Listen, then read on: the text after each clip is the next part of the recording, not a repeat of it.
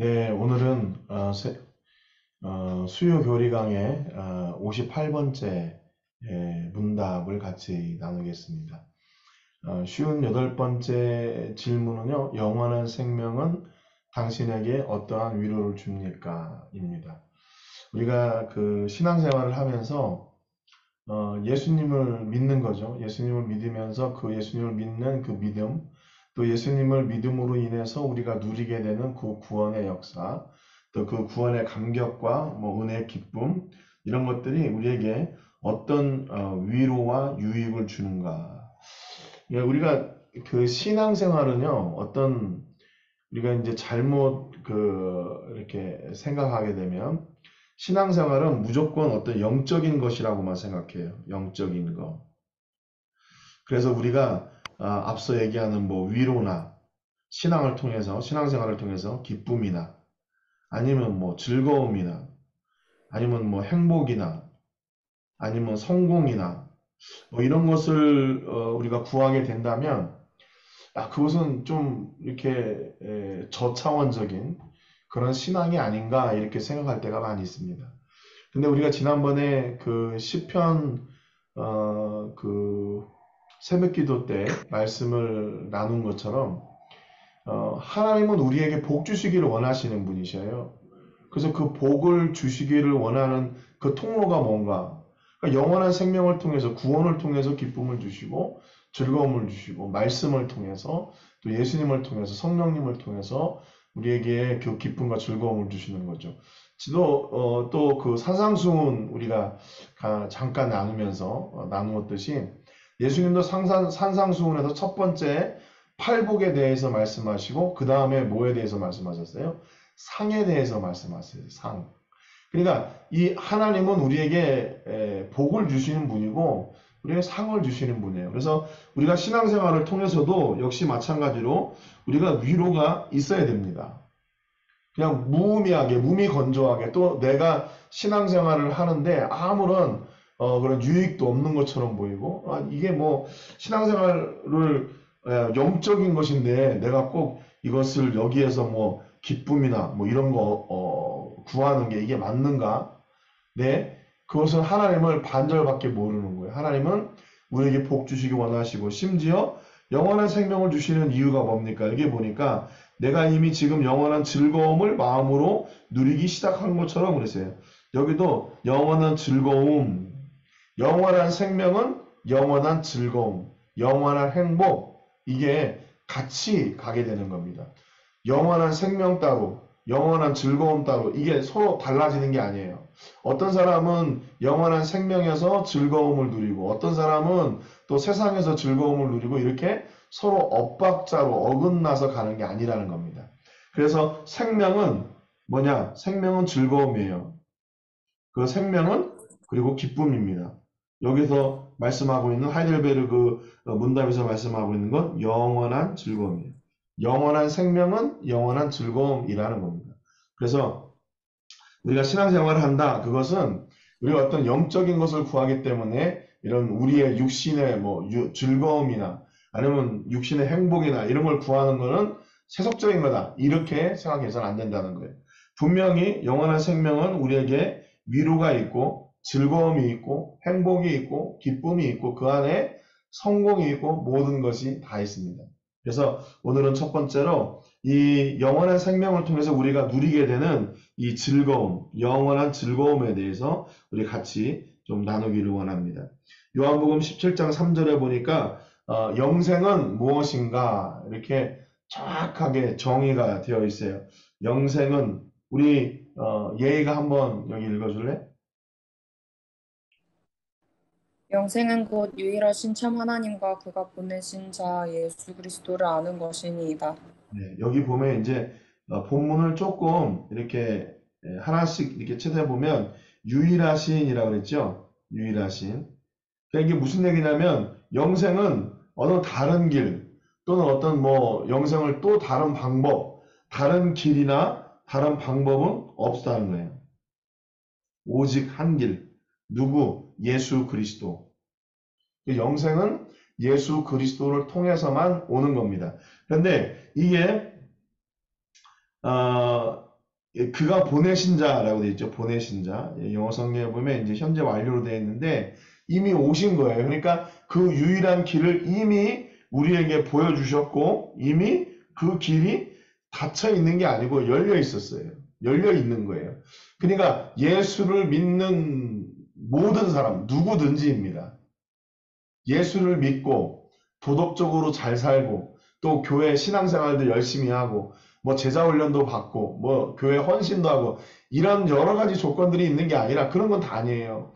예수 믿는 거 이미 열려 있는 그 예수님을 믿는 그 길, 오직 예수님으로만 영원한 생명을 얻게 되고 그 영원한 생명을 통해서 영원한 즐거움을 누리게 된 거예요. 여기 안다 하는 거죠. 안다. 우리가 잘 아는 것처럼 요한복음에서 이 기노스코의 그 어떤 그 의미는 뭐냐면 뭐 다른 곳에도 마찬가지지만 시각적으로 아는 거예요. 그리고 그 어떤 사물이나 상황을 경험으로까지 아는 겁니다. 그러니까 이 기노스코는 총체적으로 내 삶 전체를 통해서 아는 거예요. 내 삶 전체. 누구를 내 삶 전체를 통해서 아나? 예수 그리스도를 내 삶 전체를 통해서 아는 겁니다. 그러니까 우리가 전도하잖아요. 전도해가지고 예수님을 믿을 수 있을까? 전도. 이거는 기노스코가 아니죠. 기노스코는 뭐냐면 내가 그분을 경험하는 거거든요. 그러니까 우리가 예수님을 경험하게 하는 게 아니라 내가 경험한 예수님을 전하는 거예요. 그리고 그 사람이 거기에 대해서 반응하는 거. 그게 전도겠죠. 그래서 그들이 교회에 와서 말씀을 듣고 또 말씀 가운데서 그들이 개인적으로 또 하나님을 만나게 되고 고백하게 되는 겁니다. 그래서 여러분 모태신앙 있잖아요. 모태신앙. 이 모태신앙이 모태신앙이라고 그래요. 또. 그러니까 어렸을 때부터 너무 그냥 교회에 가야 되고 뭐 교회 어떤 신앙적인 뭐 성경적인 그런 삶을 살아야 된다 막 이렇게 듣다 보니까 그냥 그런 줄 알아요. 근데 실제로 그들이 기노스코가 없는 거예요. 모태신앙들은 하나님을 좀 개인적으로 만나고 그분이 어떤지 어떤 삶인지 우리 아버지 어머니 할아버지 할머니를 통해서 일하시는 하나님을 알겠는데 자기를 통해서 일하시는 하나님을 모르는 거예요. 그러니까 신앙에 한계가 있는 거죠. 한계. 어느 순간에까지는, 어느 수준에까지는 올라가는데 그 한계를 뛰어넘을 수가 있어요. 보통 고등학교 뭐 이런 거죠. 그래서 그 고등학교 지나고 대학교 가면 이제 교회를 안 나오는 친구들도 많이 있게 되는데, 그러니까 왜 그러냐면 그 전에 하나님을 경험했어야 돼요. 하나님을 경험해야 돼. 예수님을 경험해야 돼요. 개인적으로 하나님을 경험하고 예수님을 경험해야 그들이 그 안에 있는 영원한 즐거움을 누리게 되는 거죠. 그래서 이게 안다는 말이 그냥 단순히 아는 것, 지식적으로 아는 것뿐만 아니라 시각적으로, 경험적으로, 삶 전체를 통해서 예수님을 아는 그런 과정이 있어야 된다는 거예요. 그래서 교회 안 다니고서 예수님을 믿는 사람은 극히 드문 거예요. 공동체 안에서 공동체의 어떤 그 경험한 예수님을 듣다 보면 그게 그 경험의 폭이 넓어지잖아요. 그러면 더 쉬워지고 익숙해지는데 혼자 골방에 들어가서 예수님을 경험하기 그건 많이 어려운 거죠. 그러니까 교회 공동체를 통해서 교회에 데려오고 전도요. 그래서 교회로 인도하고 그들이 교회 안에서 신앙 공동체 가운데 예수님을 간접 경험하고 그리고 그러다가 그들이 직접 경험하게 되고 그래서 예수님을 온전히 알게 되는 그런 과정이 요 안에 있는 겁니다. 그래서 영원한 생명은 예수님을 완전히 아는 것. 지식으로, 삶으로, 경험으로, 은혜와 능력으로 그분의 역사와 모든 것으로 아는 것. 예, 그게 바로 기노스코예요. 그래서 우리는 지금도 삶을 통해서 예수님을 경험해 가고 있는 거죠. 그러니까 신앙의 완성은 없는 것 같아요.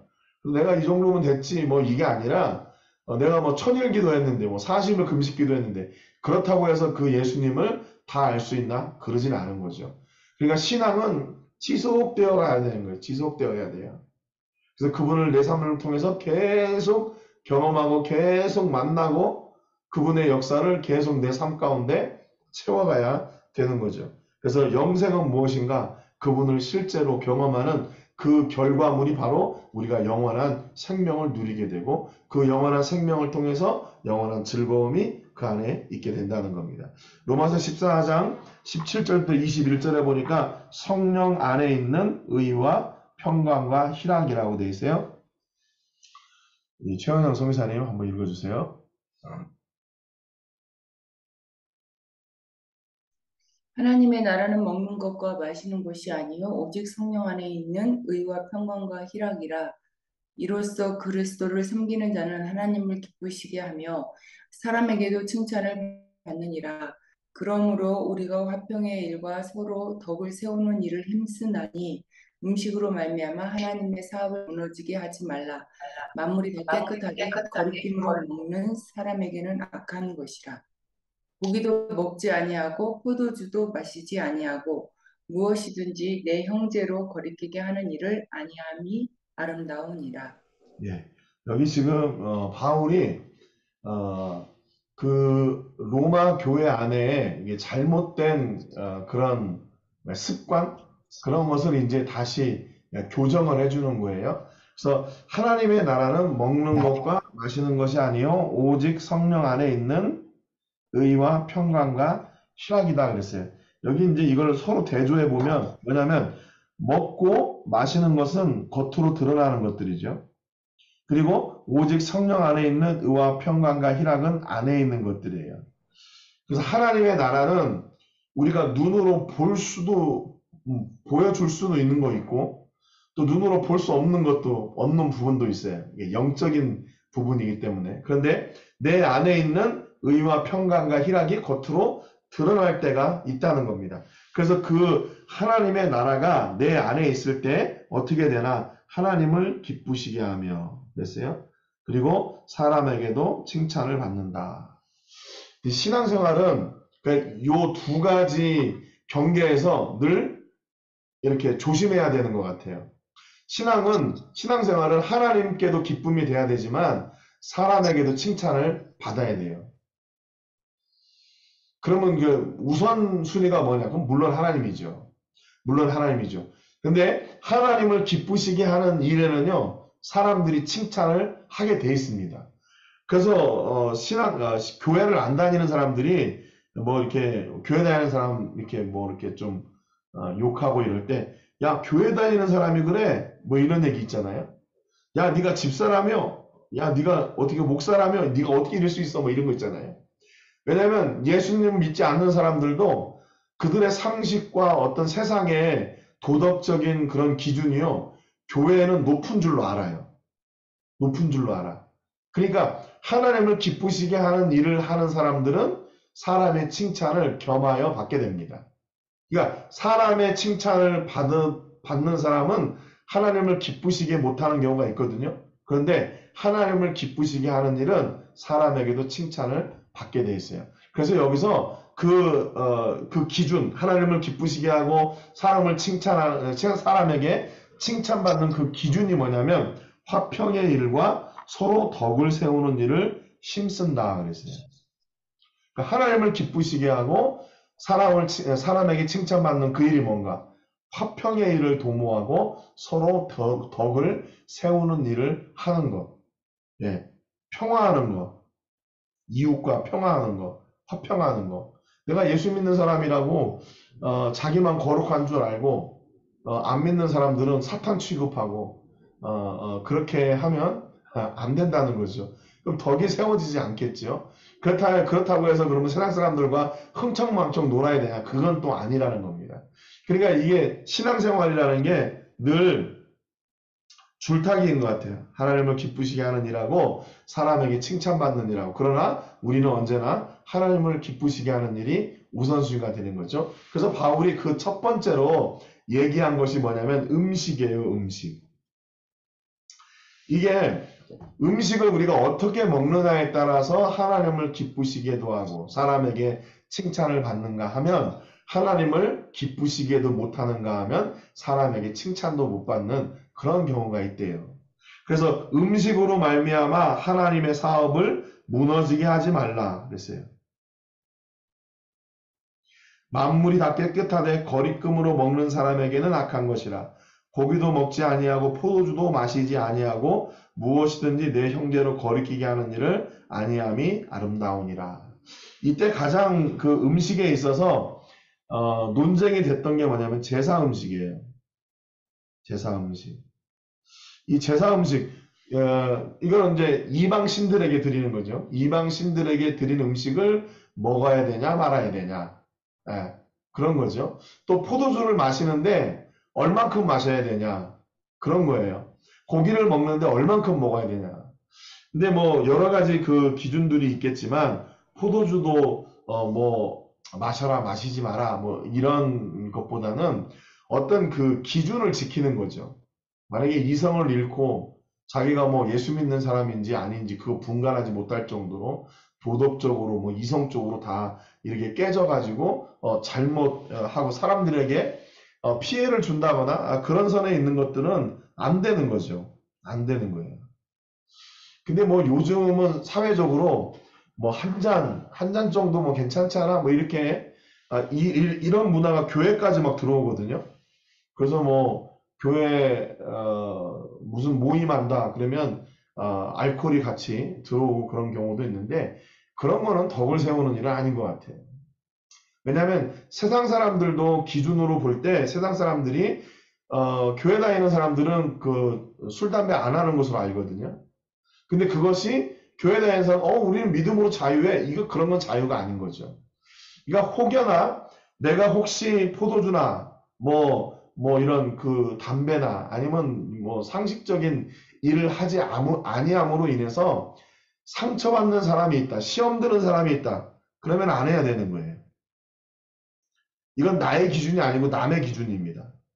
나는 시험 안 들어. 그게 중요한 게 아니라 나를 보고 다른 사람이 시험 들게 되면 안 해야 돼요. 뭐 술을 먹는 거나 담배를 피는 거나 아니면 뭐 도박을 하는 거나 이런 것들이 있죠. 그러니까 초신자들, 믿음이 없는 사람들, 그런 사람들이 볼 때는 어떻게 저럴 수가 있지? 이렇게 되는 거 있잖아요.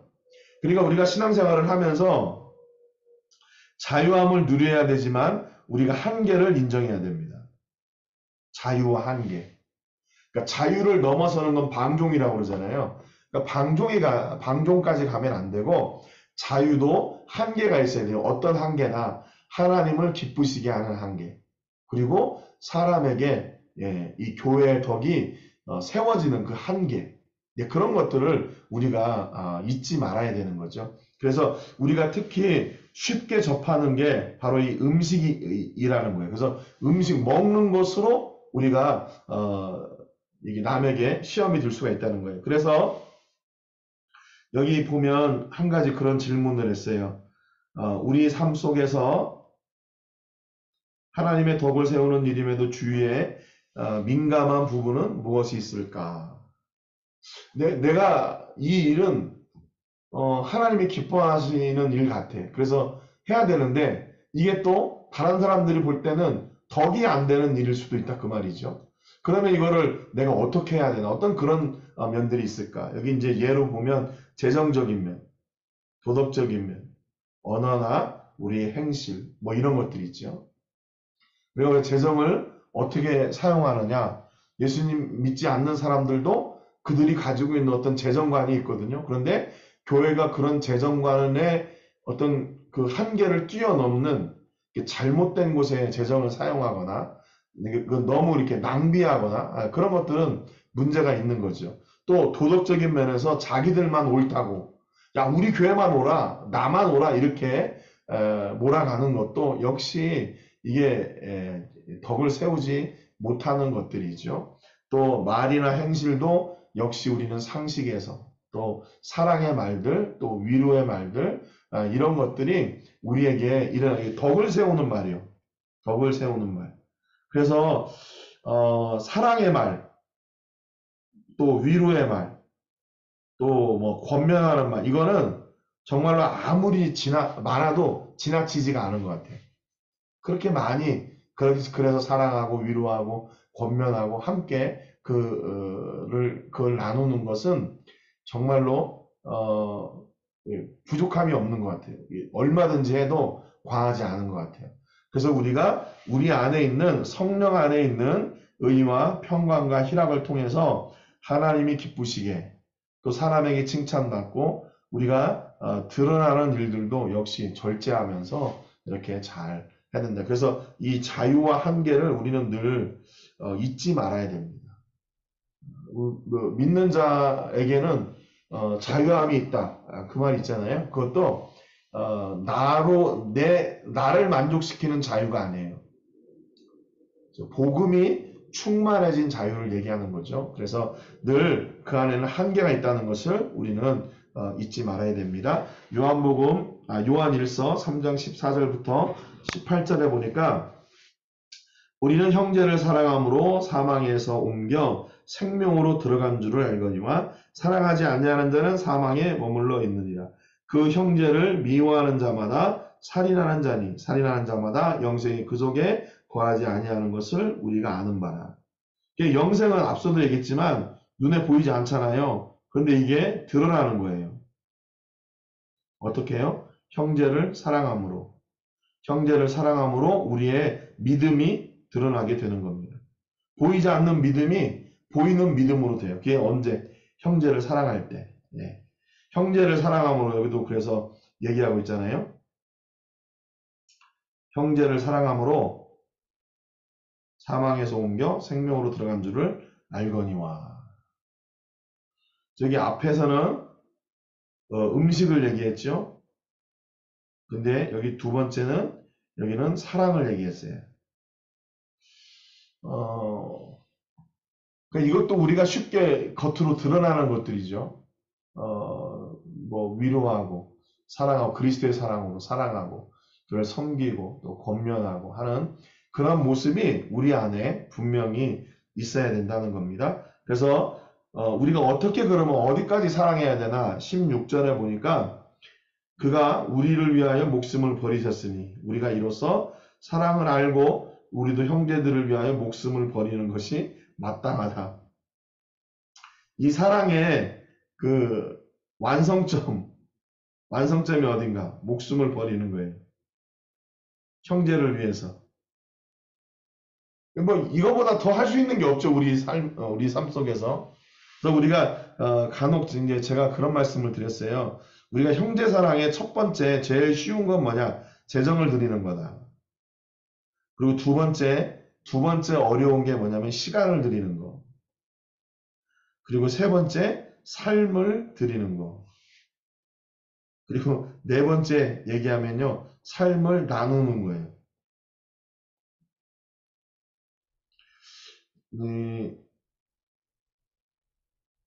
내 삶을 드리는 건요. 그러니까 내가 하면 돼요. 근데 그 삶을 나누기까지는 내가 드린다고만 되는 게 아니라 서로 이게 상호작용이잖아요. 그러니까 내 사랑이 필요한 사람과의 어떤 교감, 함께하는 것, 교류가 있어야 된다는 거죠. 우리 선교지 예를 들으면 우리가 그들을 사랑하는 표현을 쉽게 할 수 있는 게 재정을 가지고 또는 내 시간을 투자해서 그리고 내 삶을 그들에게 드려서 그들과 함께하고 하는 거. 근데 그 마지막까지 이게 어려운 게 뭐냐면 요 삶을 나누는 거예요. 그들의 삶을 내가 이해하고 내 삶을 그들이 이해하고 지금 저희도 여기서 지금 10년 사역을 하고 있지만 이게 그분들을 이해하고 하기가 이게 보통 어려운 일이 아니더라고요. 어떤 때는 이해가 되는 것처럼 보이는데 어떤 때는 또 이해가 안 돼요. 지금도 그런 일들이 많이 있어요. 그러다 보니까 야 이게 어려운 일이구나 이게 어려운 일이구나. 무엇보다 우리 삶을 나누는 일이 정말 가장 어려운 일인 것 같아요. 그러나 우리가 여기까지 가기 위해서 계속 노력하는 거죠. 그래서 여러분 우리가 성도님들이 직장에서 또 사업장에서 우리 현지인들과의 관계를 통해서 좀 이런 사랑의 표현들을 많이 했으면 좋겠어요. 근데 물질을 드리는 것보다 시간을 드릴 때 그들이 더 큰 사랑을 경험하게 되고 시간을 드릴 때보다 우리의 삶을 드릴 때 그들이 더 큰 사랑을 느끼고 또 우리의 삶을 함께 그들과 나눌 때 그들은 더 큰 사랑을 느끼게 되는 것은 분명한 것 같습니다. 그러면 뭐 재정과 시간 이런 거 필요 없이 나는 삶을 나누겠다. 물론 예, 그것도 괜찮은데 아무튼 이런 과정들이 함께 이렇게 포괄적으로 이렇게 함께 이렇게 이루어져 갈 때 우리가 현지인들을 더욱더 사랑하고 또 우리가 전도 대상자들을 향해서도 역시 마찬가지예요. 전도 대상자들이 있다면 그들에게 이렇게 사랑을 표현하는 그런 과정들을 통해서 내가 당신을 이렇게 사랑하고 있다는 것을 이렇게 보여줄 수 있는 거. 예, 너무 귀한 일 같습니다. 그래서 사랑의 한계가 어디까지인가? 우리의 목숨을 버리기까지 사랑하는 거예요. 그 다음에 뭐냐면 재물에 관한 문제예요. 재물. 누가 이 세상의 재물을 가지고 형제의 궁핍함을 보고도 도와줄 마음을 가두면 하나님의 사랑이 어찌 그 속에 거하겠느냐. 자라들아 우리가 말과 혀로만 사랑하지 말고 행함과 진실함으로 하자. 그래서 첫 번째 이 요한이 제안했던 그 사랑의 표현은 뭐냐면요. 재정을 섬기는 거예요. 궁핍한 자들에게 가서 그들의 필요를 채워주는 겁니다. 말로만 안 됐다 힘들지 물론 그것도 힘이 되거든요.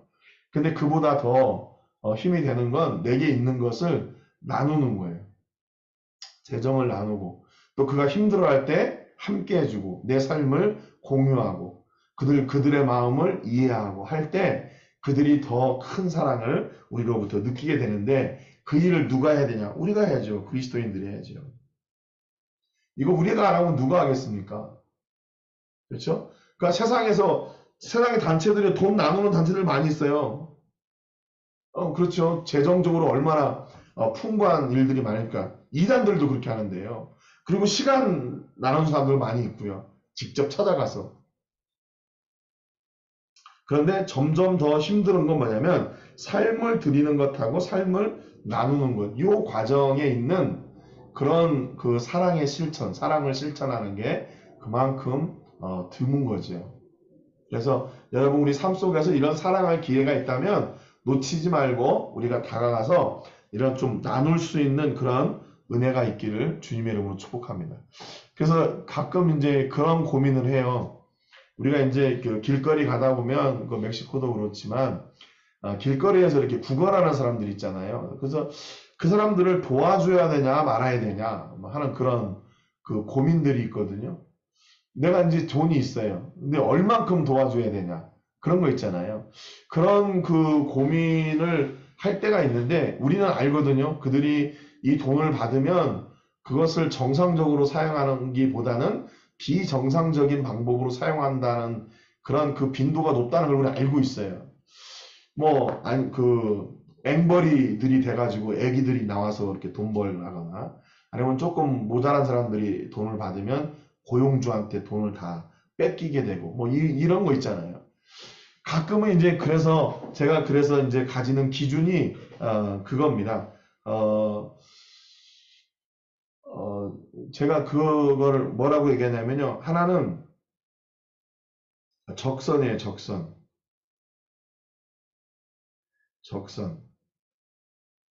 그리고 하나는 구제. 이 기준을 가지고 있어요, 저는. 그래서 적선은 뭐냐면 그냥 보이는 대로 그냥 주는 거예요. 원할 때. 근데 그거는 액수가 적겠죠. 그래서 내가 혹시 이 양심의 가책을 받게 되거나 아니면 마음이 무거워지는 경우 그럴 때는 무조건 줍니다. 적선이라고 해요, 저는. 그래서 또 하나는 구제가 있는데요. 구제는 이거는 정말 계획적으로 하는 거예요. 그래서 이 구제할 때는 나도 그만큼의 어떤 전략이 있어야 되니까 내가 무슨 돈이 어디 만들어져 가지고 이렇게 돈을 주는 게 아니라 내 것의 일부를 떼어 드리는 거죠. 그래서 그걸 구제라고 저는 얘기해요. 그래서 구제할 때는 정말로 신중하게 잘 해야 돼요. 적선은 그냥 하면 돼요. 그냥 있는 거 그대로 그냥 하면 돼요. 저는 이제 그래서 그 두 가지 기준을 가지고 있어요. 그래서 대부분 차를 타고 다니나 이렇게 돈을 요구할 때는 적선을 하는 거고, 그리고 우리가 사역을 할 때는 정말로 구제를 해야 되는데 이 하는 일이 굉장히 민감하고 또 그만큼 고민을 많이 해야 돼요. 그래서 아무튼 이제 여러분들도 이제 그 재정에 대해서 재물을 가지고 어떻게 교회의 덕을 세우고 내가 신앙적인 어떤 유익을 누릴 수 있을까 그런 고민들이 분명히 있거든요. 그런 어떤 기준들을 잘 이렇게 지키면 그래도 재정을 잘 쓸 수가 있을 것 같아요. 그리고 이제 한 가지 더, 요즘 이제 우리나라 그 많이 유행하는 게 그런 거더라고요. 가보니까 내가 뭐 어느 단체를 뭐 몇 군데를 막 이렇게 해. 막 그러면서 그게 이제 뭐 좀 뭐랄까 하면 자기의 어떤 그 도덕적인 레벨이 이렇게 조금 올라가는 것처럼 얘기하는 경우가 있더라고요. 저는 이렇게 물론 많이 하는 것도 좋겠지만 좀 잘 알아보고 이렇게 하라. 저는 그렇게 얘기를 합니다. 그래서 좀 단체도 잘 알아보고 또 재정이 투명하게 잘 집행이 되나 그런 것도 좀 알아보고 뭐 언젠가 한번 그 뉴스에 나왔는데 그 NGO들의 그 재정 평가 한 게 나왔어요. 그래서 얼마나 그 NGO들이 투명하게 또 공정하게 이 재정이 집행이 되나 한 10%에서 20%밖에 안 되더라고요. 나머지는 그냥 두리뭉실 이렇게 하는 게 많고 오히려 현지 그 사역에 들어가는 돈보다 본부에서 집행하는 돈이 더 많은 경우도 많이 봤어요. 그건 좀 비정상적인 거죠. 뭐 어떤 대표라 그러면서 무슨 뭐 외제차를 타고 다니고 뭐 카드로 그냥 그 법인 카드로 다 써대고 그런 건 좀 언밸런스한 거죠. 그러니까 우리가 좀 그런 부분에 있어서 이 한계를 잘 지켜야 되는 거죠. 자유의 한계를 잘 지키고 그래서 뭐 선교사를 후원하거나 어느 단체를 후원할 때 우리는 늘 그 부분에 있어서 좀 신중하게 잘해야 됩니다. 신중하게 잘해요. 그리고 이왕이면 내가 헌금을 했으면 어떻게 사용하고 있는지 물어봐도 괜찮아요. 투명하게 하는 데는 뭐 공개적으로 다 하겠지만 그래서 우리가 재물을 가지고 형제를 섬기는 거 굉장히 중요하지만 우리가 조심해야 된다. 그래서 우리가 이런 어떤 그 우리 안에 있는 그 영생의 기쁨, 즐거움이 우리 구원은 뿐만 아니라 우리의 삶 속에서 먹는 것이나 생각하는 것이나 말하는 것이나 재물이나 이런 부분을 통해서 우리가 온전하게 세워지는 그런 은혜가 있기를 바랍니다. 그 사랑의 실천의 현장, 재물을 어떻게 사용할 것인가, 또 어떻게 사랑할 것인가에 대한 그런 고민들이 많이 있어야 돼요. 그런데 이 베이스에는 뭐냐? 나는 그리스도인이다라는 거죠. 이게 베이스예요, 기초가. 그러니까 그리스도인이니까 그리스도인으로서 재물을 어떻게 사용할 것인가, 내가 그리스도인으로서 어떻게 살아갈 것인가, 어떻게 섬길 것인가, 이제 그것을 늘 고민해야 되죠. 그리스도인이란 말은 이게 예수님이죠, 예수님.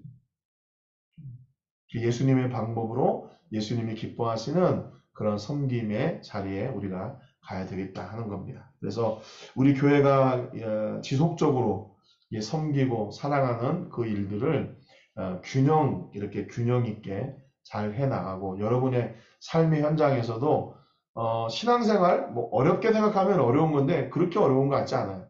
그러니까 도움이 필요한 사람들 도와주고 또 함께 해주고 또 다겨주고 사랑해주고 위로하고 권면해주고 그런 것들이 바로 우리가 우리 안에 있는 그 믿음이 겉으로 드러나는 그런 시점이라는 겁니다. 그래서 여기 오늘 그 질문에 영원한 생명이 내게 어떤 위로를 주나 우리 안에 영원한 기쁨과 즐거움과 행복을 준다. 사랑함으로 섬김으로 위로함으로 그러므로 우리가 우리 안에 더 큰 기쁨이 있게 된다. 그래서 여러분이 그 삶의 사랑의 실천의 현장들이 풍성하기를 주님의 이름으로 축복합니다. 기도하겠습니다. 하나님 아버지 감사드립니다. 오늘 말씀을 통해서 우리 안에 영원한 생명 주신 그 은혜와 그 기쁨과 감격과 즐거움이 무엇을 통해 실천되어지고 무엇을 통해 드러나는지 같이 배웠습니다. 우리의 재정을 통해서 또 우리의 말을 통해서 우리의 행동을 통해서 우리의 생각을 통해서 우리가 먹는 것으로 인해서 우리가 이 모든 것들이 드러나는 것을 우리의 믿음이 드러나는 것을 압니다. 저희에게 지혜를 주셔서 철저하게 무엇을 하든지 하나님이 기뻐하시는 일을 하게 하시고 또 그로 말미암아 사람들에게도 칭찬 듣는 그런 은혜를 저희들에게 허락하여 주시옵소서. 오늘도 말씀을 통해서 도전해 주신 하나님 감사합니다. 우리 삶의 모든 삶의 현장에서 이 믿음이 실천되어지고 사랑이 실천되어지고 은혜가 실천되어지고 우리가 우리의 재정과 시간과 삶을 나눌 수 있는 그런 넓은 은혜와 복을 허락해 주시옵소서. 모든 영광을 하나님께 드리고 예수님의 이름으로 기도합니다. 아멘.